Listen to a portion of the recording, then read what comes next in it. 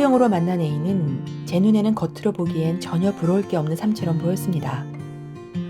가족 모두 건강하고 경제적으로도 어려움이 없고 특히 큰아이는 전교 1등을 도맡아 하는 수재였습니다. 그러기에 A는 주변 엄마들에게는 늘 부러움의 대상이었습니다. 하지만 뒤늦게 A에게도 아픔이 있다는 것을 알게 되었습니다. 처음 만났을 때는 건강해 보여서 몰랐는데 몇 해 전에 유방암 진단을 받아 수술과 항암 치료를 받았다는 것입니다. 뒤늦게 알게 된 저로서는 어떻게든 예수님을 전해보려 했지만 그녀는 번번이 그때마다 괜찮다며 거절했습니다. 그러던 중에 갑자기 저희 가족이 미국으로 오게 되어 끝내 예수님을 전하지 못하고 헤어지게 되었습니다. 미국에 온 지 몇 년이 지난 어느 날 A에 관한 소식을 듣게 되었습니다.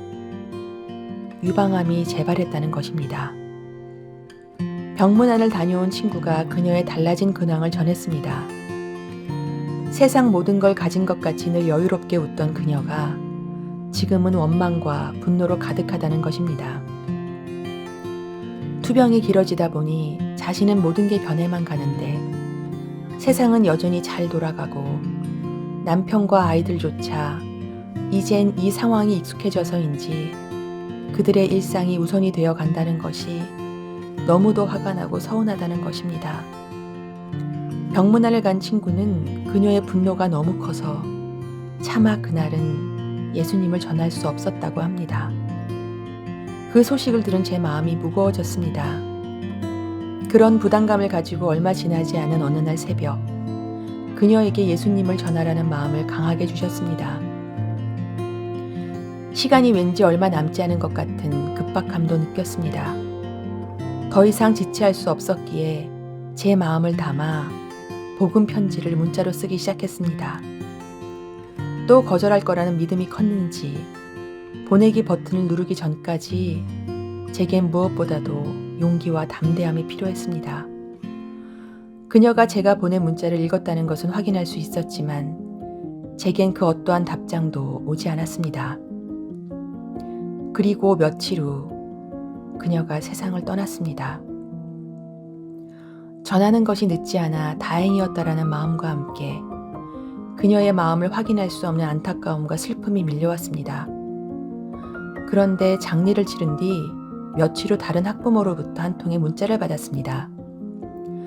장례식을 잘 마쳤다고 하면서 제가 A에게 보낸 문자를 읽었다는 것입니다. 순간 저는 어떻게 저 사람이 내 문자를 봤다는 거지? 의아했습니다. 그녀에게 들은 이야기로는 A가 세상을 떠나기 전에 제가 보낸 복음 편지를 자신이 속해 있는 학부모 그룹방에 올렸다는 것입니다. 그녀가 어떤 마음으로 올렸는지, 왜 올렸는지 저는 알지 못합니다. 하지만 A의 그 행동으로 인해 그녀는 보낸 문자를 읽게 되었고 장례식을 다녀온 이후에 많은 생각을 하게 되었다며 교회를 나가려 한다고 연락한 것이었습니다. 전혀 예상하지 못한 반응이었습니다.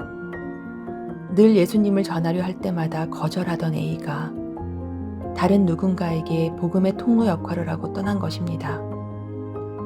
하나님은 언제나 예상을 뛰어넘는 분입니다. 예상할 수 있다면 더 이상 하나님이 아니시겠지요. 하나님의 타이밍이 분명히 있다는 것을 이 일을 통해서도 다시 한번 확인할 수 있었습니다.